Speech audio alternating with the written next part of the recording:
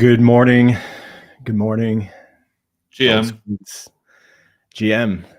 I'm Samuel McCulloch, and welcome to Leviathan News. I am joined with Colin Platt, longtime listener, not first-time guest, many-time guest. Few-time guest, recurrent guest. It's like guest. the credits recurrent character.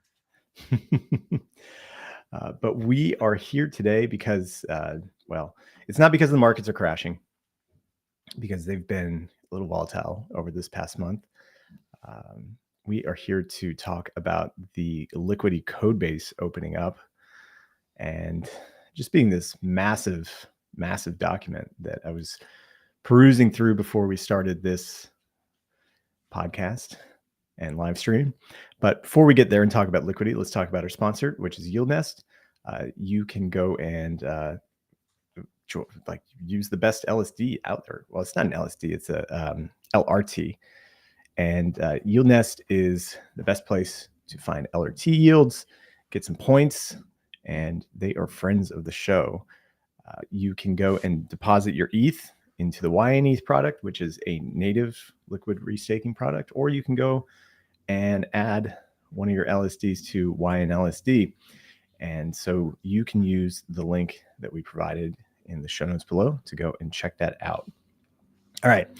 I am super excited. We just keep on edging closer and closer to the Liquity V2 drop. It's like that. You remember that?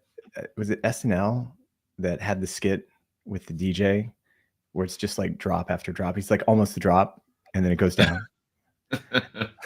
We've had like. We love to do that. Yeah. You know the one I'm talking about?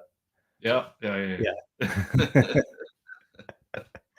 I think it's like SNL has kind of like lost its relevance after those guys left, but that's one of my favorite ones.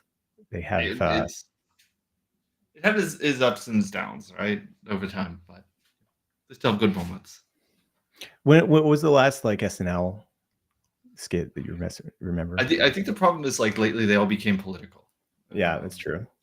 Or at least the more memorable ones. Or not funny. I mean, it has its ups and its downs, right? Right. They kicked off Shane Gillis, I believe it was, from their show, and he was the one who was doing all the Trump impressions. Yeah, and he's wildly funny. Like I see his stuff, and he's hilarious. My favorite's still Cowbell, but like that one was epic, right? That's ages ago. That just shows how old I am. Yeah, those were the days back in the kind of late 90s, early 2000s. I mean, but you had such a better cast of comedians then. Like the comedians of that time period were just so much better. You had Norm Macdonald primarily, who was, the king, and just so many others at the time. Like if you look at that SNL from that time period, it was just amazing guests or amazing hosts and members, right? Is this a question of us? And I know we're getting like Thursday content rather than what we should be talking about, but is that just a point of us being old and like having nostalgia and going, yes, comedians were better in our days? No, it's not. Like I'm telling you, like if we look at like the best, right? So like Phil Hartman, obviously, Bill Murray, like how can you get better than that? Bill Hader, right? Will Ferrell was there for like almost a decade. So no, it doesn't get like that. There was a peak period in the early 2000s, late 1990s, where like they were generating all these movies. Like Wayne's World came out of it. So much other stuff, and you had so many careers that were launched out of there. Peak culture is when we were most attuned to peak culture. Exactly. Like it peaked. SNL peaked with like the 90s being the peak of American empire dominance, and now here we are. Now here we are with crypto. Yes. DeFi. Yeah. So the stablecoins have been in the limelight again. We talked about Sky last week or this week, and we have an upcoming interview where we're going to be having some of those people on. But today we're going to be talking about Liquidity. What happened? What happened? I mean, we've been, as you said, edging closer and closer to the drop. We're still doing that. So we put up kind of a white paper earlier this year. We've been talking about V2. I came on the show, I think. Well, I mean, I was definitely there when we were all in Brussels, but earlier in the year, talking about the white paper. So kind of our big innovation here is what we're calling user set rate. So we're kind of the first stablecoin or where users can really set their rates. And why is that innovative? Well, I mean, we talked about this. Rates can be quite variable, or in our V1, they were quite fixed. Both of those have problems. Now, I'm not saying we fix all the problems in the world, but there's a new option. And that's what we try to bring to the world with user set rates. And this is kind of the first time that the public can open it up and go, well, what does that actually mean? You need a little bit of a technical edge there to understand what it is. But we're using this redemption mechanism that we birthed in V1 to update that and allow users to order themselves for redemptions based off the rate they're paying. That creates lots of really cool things. And the way that we want to work, and this has gone through one audit. It's not finalized. We hope that it will be done later this year. I just was on a kickoff call for another audit earlier today. And we've got another one starting in parallel to that and formal verifications starting this month. So things are coming together, but welcome anybody that wants to look into it. If they find stuff, great. We will have a bug bounty later, but not quite Colin, yet. let's get to the news of the day. The Codebase is public. Codebase is public. People can look at it. People can see it. User set rates. It's real. And there's one thing that people do seem to care about, and I think you guys even asked me about it last time, which is what happens with our token. Not LUSD, but the other one. Well, let's get to that in a minute. You can come and check out the GitHub, which has probably one of the longest readmes that I've seen in a long time. It'll probably get longer too. It's gonna get longer. This is pretty crazy. There's diagrams and stuff. There's still to-dos. Yeah, there's lots of stuff here. So if you have just been patiently waiting to understand how the Liquity V2 code works, it's all here, and just an incredible piece of documentation that goes into this. Did the devs write this, or is this? You can see the latest commit that was like 10 minutes ago before we recorded this show. We're still updating it. Yeah, it's Rick on our team is a very, very diligent documenter of his work, and the rest of the team's work, fortunately for us. So yeah, it's very, very thorough. It's something that we got a lot of feedback that people appreciated in our first version, and we got a lot of feedback going through this process that people do like to understand the ins and outs of what's going on. So for people that have patience and are interested, there's lots in there. We would love your feedback. All right, so Codebase is live. It's going to be forked. It's going to be forked. Going to be forked. Let's talk about the license. BSL? Yes.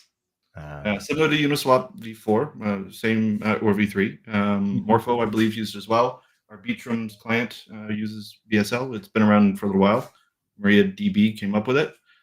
We published a post earlier this year. We're also doing that. So our V1 was one of the most forked protocols in DeFi. I think top 3, top 4, up there with Uniswap and Ohm. Uniswap V2 and Ohm. We decided to go that way for a couple of reasons. But the most interesting is that we will be working with a number of teams. And those teams are very interested in using this project. So we have what they've given us feedback is a fair deal. We're not trying to be extractive or anything like that. We want the V2 code base to be used and be in networks where people want to work. We've also come to agreement with lots of them that they will, all of them, in fact, that they'll also be helping to stimulate usage of our V2 protocol when it goes live on mainnet, and helping to build bold liquidity across DeFi inside, outside of mainnet. So these are all very good things for prospective users of V2 when it goes live. That is awesome. How are there 10 teams that are already planning on forking? Like, where are they going to go? I don't know if you've noticed this. There are a lot of V2, a lot of L2s, and a lot of networks out there. I mean, kind of one of the big thing that we hear from a lot of foundations that have reached out to us, and a lot of teams that will be building this. So to be clear, The foundations themselves aren't running these, but they do have lots of teams that want to build different things. They've looked at us and they said, we want to have a CDP. They want to be able to put either ETH or other liquid assets, maybe gas tokens from other L1s, into a CDP and create a stablecoin. They can't always have USDC, USDT on their network, and they want other options that are based off of building leverage on liquid tokens, CDP type approaches. Forking Maker Sky is very difficult. It's a huge lift. So we did make a name for ourselves in early days with our V1. As we talked about, V1's economics don't work in the current market condition. And the hope here is that with our reputation of being easy enough to deploy and manage, with a new upgraded economic base, it should be something that appeals in a lot of these networks. That is awesome. Is there any, do you think a lot of these teams will be transmitting any value back to LQTY holders? Because I think that's one of the things about forks is that everybody takes it, but the original protocol doesn't really see any benefits from those teams actually using it.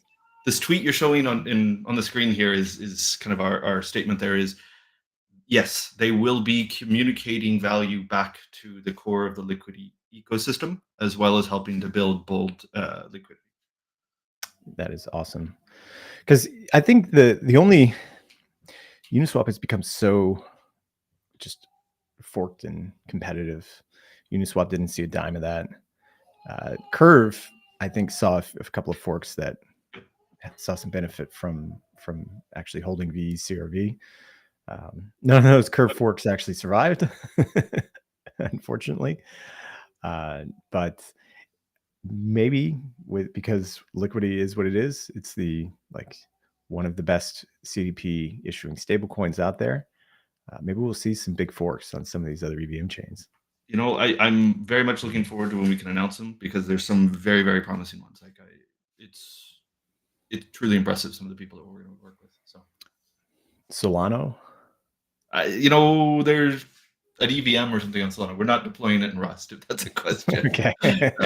Maybe somebody want to pick it up and convert it, but there is EVM based stuff that we're looking at. I don't think that one's been finalized, so don't hold me on Solana, but definitely on a lot of other big name L2s and upcoming and current L1s.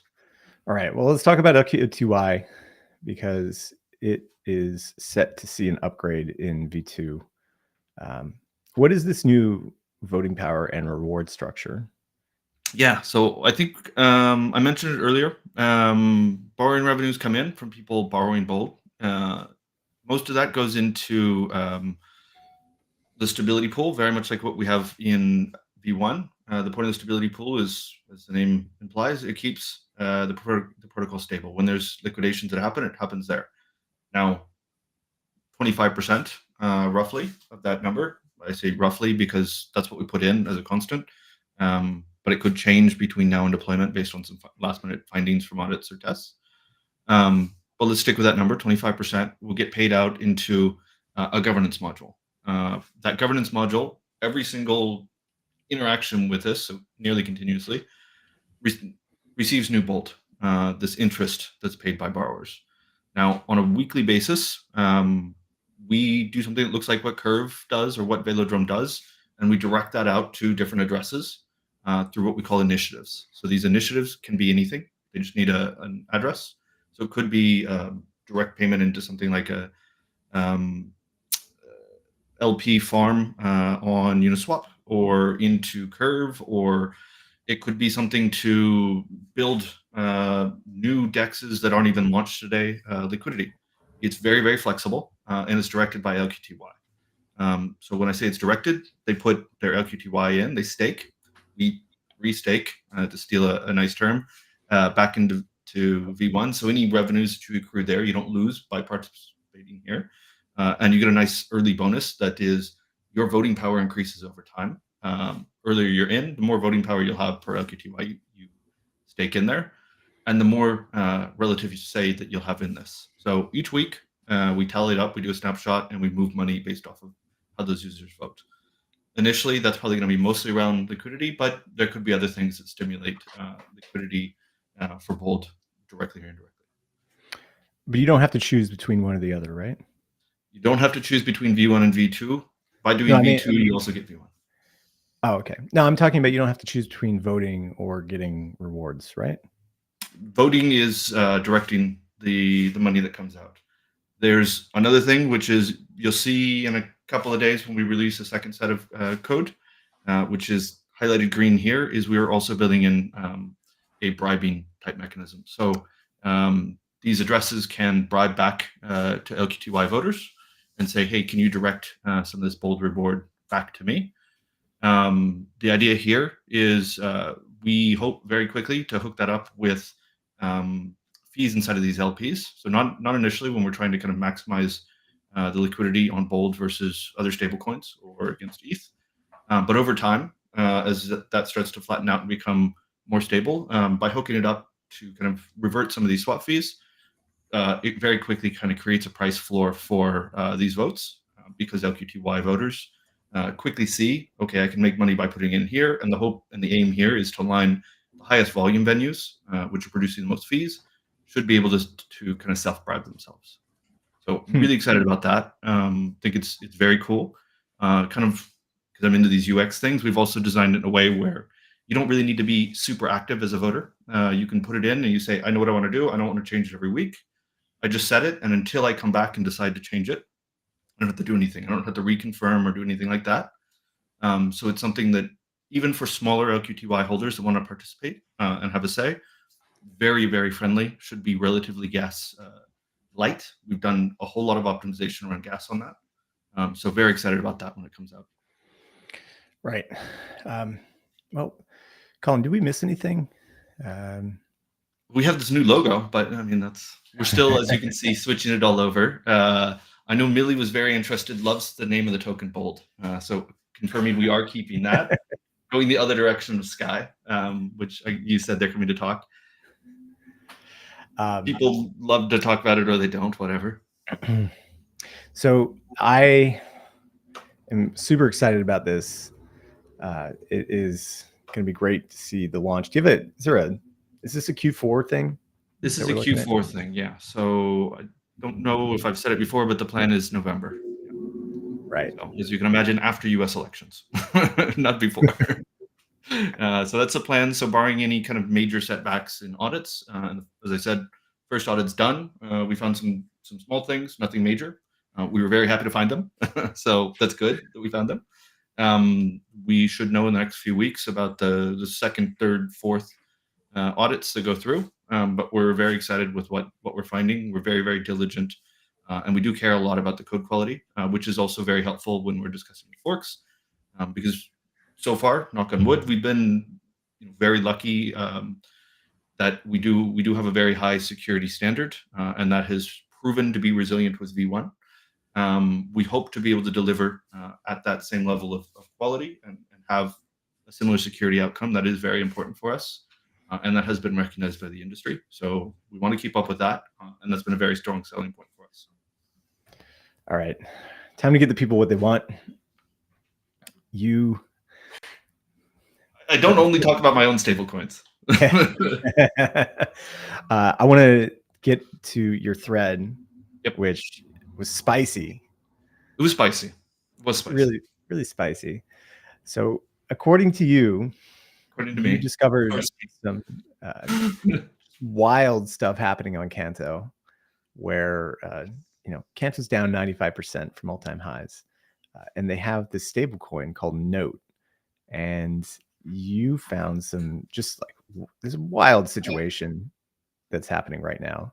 So I'm going to summarize this for everybody, right? So they have this stable coin called Note. It's backed by some RWAs, and I believe that is, USYC on Canto. And FBill, which I don't talk about in this thread, but later. Yeah. Mm-hmm. And so one person has a massive, massive loan that's being taken out right now on Canto's lending platform. And they are using, they deposited $3.6 million of USYC, and they borrowed Note. But because TVL has collapsed, That's almost, what is it, like 40 or 25% of the entire TVL on Canto at this time is just this one position. So the question is the borrowing rate has gone up to 60%. And so it's higher now, but yeah. Yeah. So it needs to be paid down. That borrowing rate needs to come down, or it's going to be liquidated. And so there's one account which seems to be behind it. Yeah. And then you brought up some other information on that because this is an RWA product, there's a whitelist. So not everyone will be able to actually like repay or liquidate if needed. So what's happening here? Yeah. So the stablecoin's been around for like 2 years. It's not a particularly large stablecoin. It's very hard to calculate how much is actually floating around because of the way it's, but say somewhere between 6 and 7 million note are in circulation. So it's not massive, but it's still considering the size. I think the FTV of Canto is south of 20 million. Relatively for Canto, it's a very large chunk.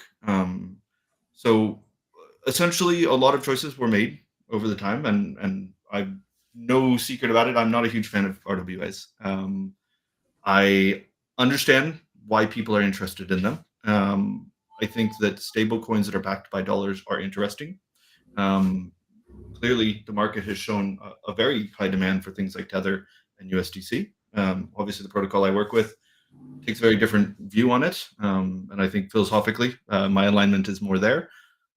But I will not dismiss that there is a large use case and a large demand for things like USDT and USDC. I think one of the big keys in their success has been that they don't have whitelisting. You can freely move around USDC, USDT, with a few exceptions. There have been a few hackers and OFAC list, sanction list addresses that are no longer allowed to use it. But generally, the default state is everybody can accept and transfer USDC and USDT. Because of that, they are some of the biggest pairs in things like Uniswap. RWAs, I think when most people talk about those tokens, they're talking about something different. So these things are treasuries or things that are otherwise have a very different set of regulations and tend to be securities on the back end. Canto, about a year ago, made a big push into RWAs and decided, hey, these things are so great, we want to be able to back our stablecoin with these RWAs. Normally, not a problem. They did, as I mentioned, as you alluded to, have transfer restrictions on who can touch them. This includes things like liquidations. So this position that you have on the screen in front of us isn't liquidatable quite yet, may become liquidatable. And there's actually one that is, that I point out in a later thread from blur.eth, big whale people talk about in the NFT space and otherwise, blurr.eth. Actually has a position that should be liquidated, but for a number of reasons has not been. It's over 100% LTV, so should go away. But you can't because you're not on a whitelist. And even if you were able to, you would get this kind of other RWA back. You'd have to go back to the RWA provider, and what's your assurance that after liquidating them, that they would even give you the money? So as I said, $6-7 million worth of stable coins with about $6 million worth of RWA collateral backing them, meaning less than that. I did some research and it looked like only about $150,000 of USDC and USDT backing it. It's not a great situation. After I put out this thread, people started looking into it. A lot of people hit the exits on Canto, the few people that were remaining, their choice. It seems like there were a lot of mistakes made along the way. And I think the biggest one is that nobody really monitored these or asked questions until it was very late in the game. Whether it's too late or not, I don't know. I'm not going to speculate on that. I'd love to see them sort it out so that more people don't lose money, but it does seem pretty grave at this point.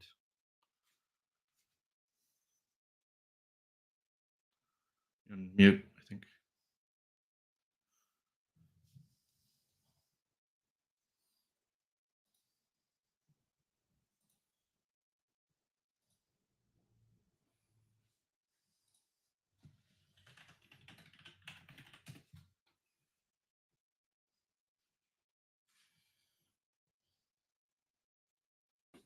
All right. So just to talk about Canto they have declined in their TVL from 50 million all the way down to, I believe, 11 million now. And just an unfortunate situation. But most of that TVL is now captured into one protocol, which is Canto Lending. Canto Lending has 6.2 million. So it has over 50% of all the TVL on Canto at the moment. And the majority of that is in these positions, which you shared. How do you actually get access to be whitelisted for USYC? So I've never done it, but they do have a web portal. My assumption would be that there'd be some kind of KYC and onboarding process through that web portal. At a contract level, they have a owner address that can add you to the whitelist, and you can receive tokens and send tokens when you're on that address list. So it should be able to be, someone should be able to go and get whitelisted and liquidated in theory. Yep. They should. So yes, absolutely, including, I would imagine, the managers of these. As I said, there is one position, it's the third one on that list, which is small. It's about $14,000. That is underwater, and nobody has bothered to do it. There's kind of a couple of issues here, which is liquidity for note is not amazing. Somebody's managed to pull the peg back up from, it was under 50 cents at one point, back up to $1, and they continue to buy. And my guess is the idea is it's either the people behind these wallets trying to pull it out before they get into liquidation and kind of collapse everything, or to perform a liquidation. I don't know. I can only speculate at this point. But there hasn't been a liquidation, so they're printing more stablecoin than backing at least that third position in that list you're showing. It will continue to accumulate at a 70% plus interest rate, whereas that RWA debt is increasing at less than 5%. So to pay back the loan, you need note, but the liquidity for note is very low. And if the people holding note are not providing it, right? Is there any way that like you could just move some other assets over into Canto Lending and then mint note out? Like I see other assets. Adam, you could pull in USDC or USDT, mint note, pay 70% to perform this liquidation, but then you're stuck with your stables, and then you need to get the RWA underlying back to kind of work this back. Also, these loans, these RWA loans, can go up to 99% LTV. That was another one of their kind of genius moves here. It's not like you're paying 80 to liquidate something that's worth 100. You're paying 99. So that 70% interest rate and low liquidity is a massive concern. And that's generally why, especially on illiquid things, and these don't have an active traded market price. So it's not because they have transfer restrictions. It's not like you're liquidating ETH using USDC or using LUSD or BOLD or USDS. Or whatever we're still calling it today. You're using a token that's very hard to get, moves up and down quite a bit, as we've seen when people started worrying about this. And even people that have access to, I think I saw more than $2 million get poured in that brought it back up to the peg that's trying to buy this back out. Not able to, we're now 3 days since I noted this, I think now, or 2 days, 3 days. When did I put this out? It's still not done. So it's not an amazing situation. Liquidity is not great. We'll see. I can't hear you again. I wonder if somebody's going to snag a lot of Canto and use that to mint the note, because that would seem the most, if you're going to have a bunch of like illiquid assets locked up forever, might as well use the declining. That would make sense. Unfortunately, as it stands now, that is not an option in the Canto protocol. You can't use Canto to mint note. Oh, really? I imagine that may change when they realize the liquidity issue, which means the team behind Canto, they call themselves contributors rather than a team, but they did refer to themselves in this latest tweet as a team, may intend to do something like that and push some kind of governance proposal through. In order to mint note that's backed by Canto, maybe. that could be a feasible strategy to create more liquidity for Note, which is great. I wish them all the luck in the world to fix this problem, but it does seem like it's gotten very out of hand, and it's unfortunate that it was allowed to go this far.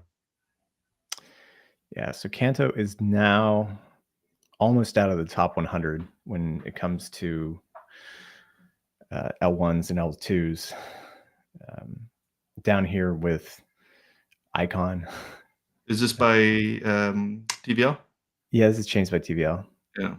Yeah, so here they are at number 90. Right behind Bitcoin Cash. That feels important.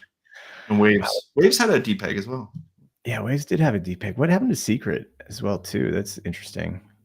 Didn't they have some kind of legal issues with Secret? I can't remember. Maybe I don't want to create FUD if that's not true. But no, I don't want to create any either. But I thought that they had. I mean, their TVL had been quite. I mean, I guess they never went over 100 million, really. Interesting idea from what the little I know of Secret is. Yeah. But well, they're approaching the graveyard of L1s, which are getting shut down, or essentially just losing all of their TVL.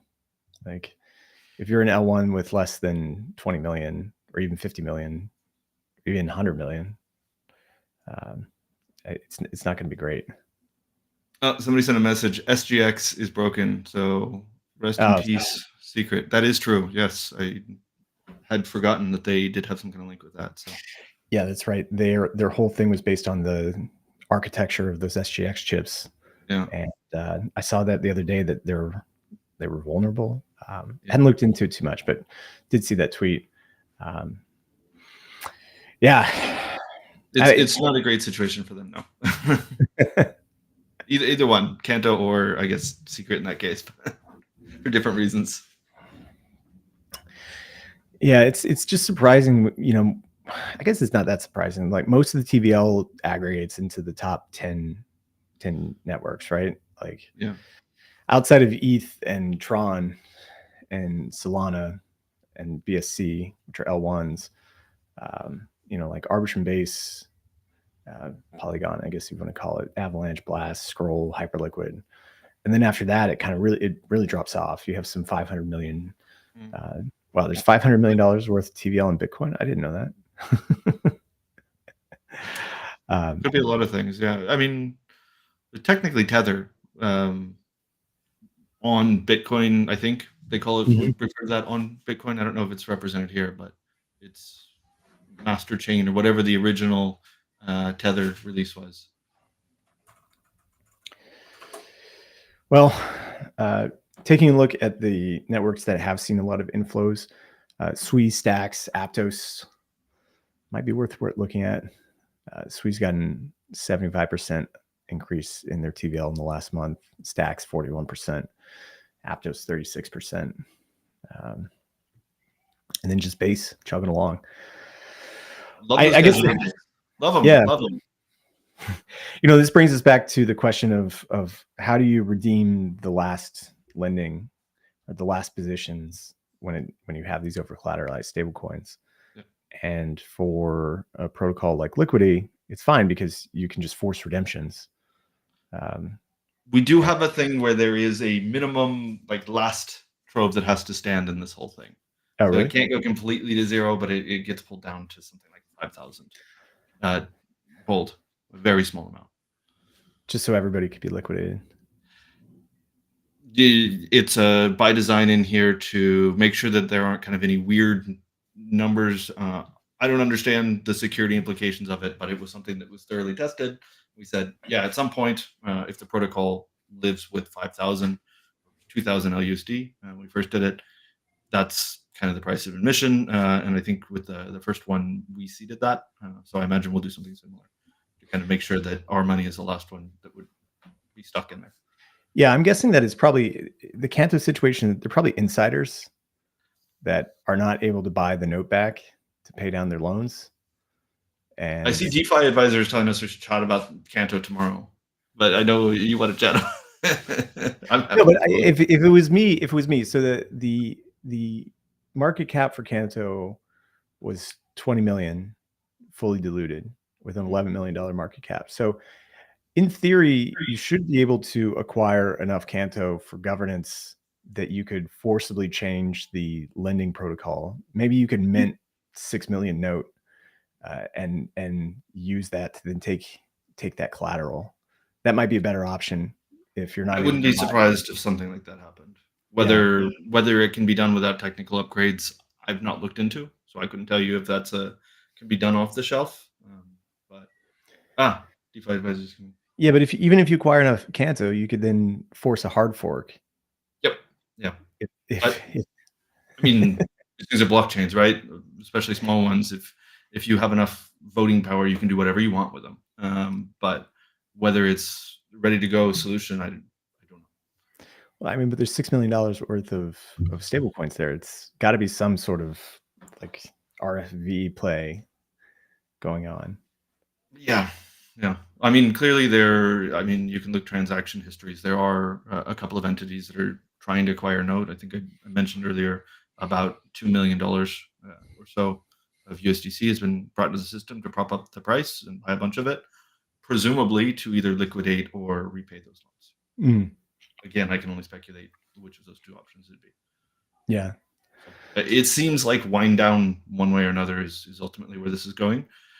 They may have to flip a switch to get liquidity, which likely would require some kind of new economics in the creation of Note, which it is what it is.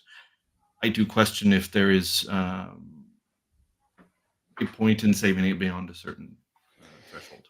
I just hear Mark Zeller coming in from the ether going, just use Aave.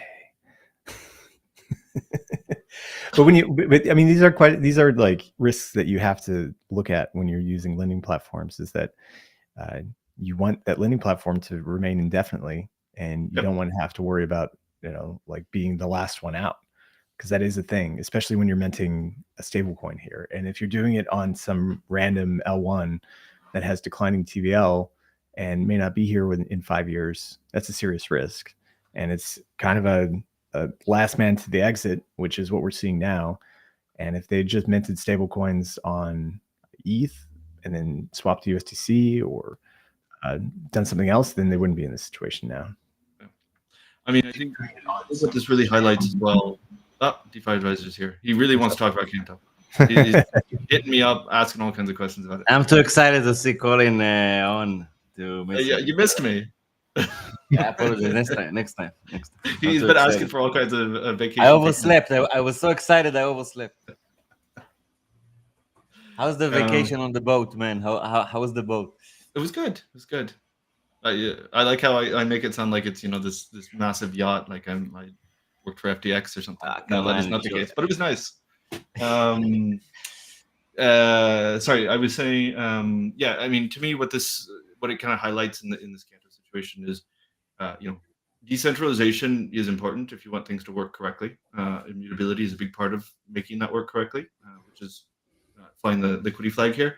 But when things get under a certain size, it's completely down to human trust. And I hope that the people that left their trust in the case of Canto to kind of clean up the mess they've started are correct in putting their trust there. I put out some other spicy tweets with screenshots sent to me about one such occasion that somebody who may or may not be involved in this cleanup. I don't know. Hopefully it gets cleaned up. So I hope everybody is able to get out and wind down this experiment, which seems to, in its current form, no longer be viable. Yeah. How did you become so aware of it, Colin? Yeah, actually, yeah. How did you find it? Random. I saw somebody pinged to me because I was involved in Canto early and said, "Why is Note paying 60% plus?" And I didn't know, so I didn't have a good answer. And I poked around it and came across this very few positions with RWAs that were relatively very large. And opened it up on DBank and went, "This looks weird." DBank is actually the greatest tool, by the way, in any kind of crypto analysis as step one. It's better than anything else I've ever used, and it's probably one of the most basic, not built for that purpose. But I love it because it's cross-chain, and you can see how things move. So yeah, I opened it up and randomly happened upon that. Pinged somebody that I know that was involved early and said, "Hey, this is what I understand. Does this make sense?" And he said, "Yeah, this sounds like a problem." And then I dropped that tweet. That's good. I didn't know that you were involved in Canto. I built or was on the team that built the first NFT platform there called Alto, the one that had jazz music that we had a hard time getting funding and keeping. Let's talk about one. I mean, we'll probably talk about this on the panel tomorrow. But guess who's back? Back again. Euler's back. Wow. This is talked about a lot, huh? Very much anticipated, I hear. Yeah, actually, I just want to share one thing. Let me find it in the feed because there was a joke that was made in Lobsters the other day, which I think is probably like peak DeFi, peak lobster, right?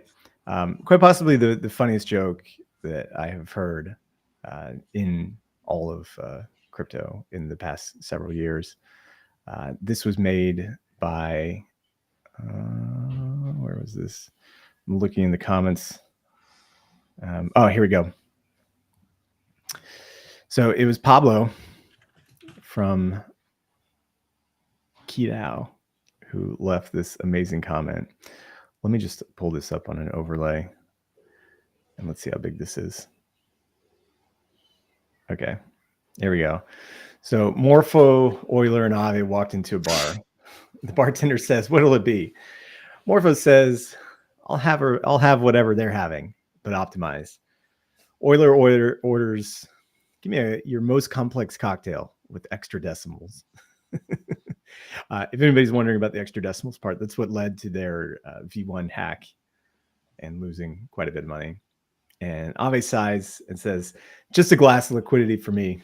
I'm the designated lender tonight."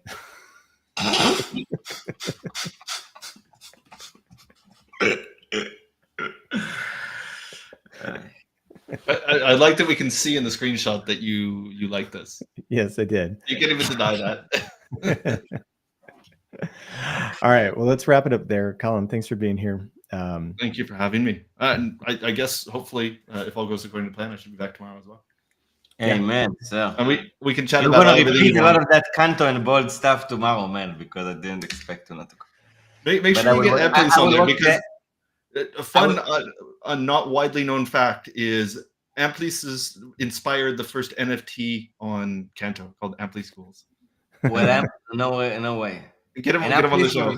And Amplis actually is one of the inspirations for the panel. The panel started with Millie, Amplis, and myself. So, and hopefully Amplis, he said that there's a chance he's coming back tomorrow. So let's move our schedule so that he can be there. All right, I have to drop for my next call here, but great chatting with you guys. Go actually walk, Colin. It's a very bold. It's a very bold move, man. It's a very bold move. Very bold. All right, thanks everybody for tuning in, and we will see you tomorrow. Come back for the Thursday panel where we'll be back again to just talk some shit and have some fun. Thanks a lot, Sam.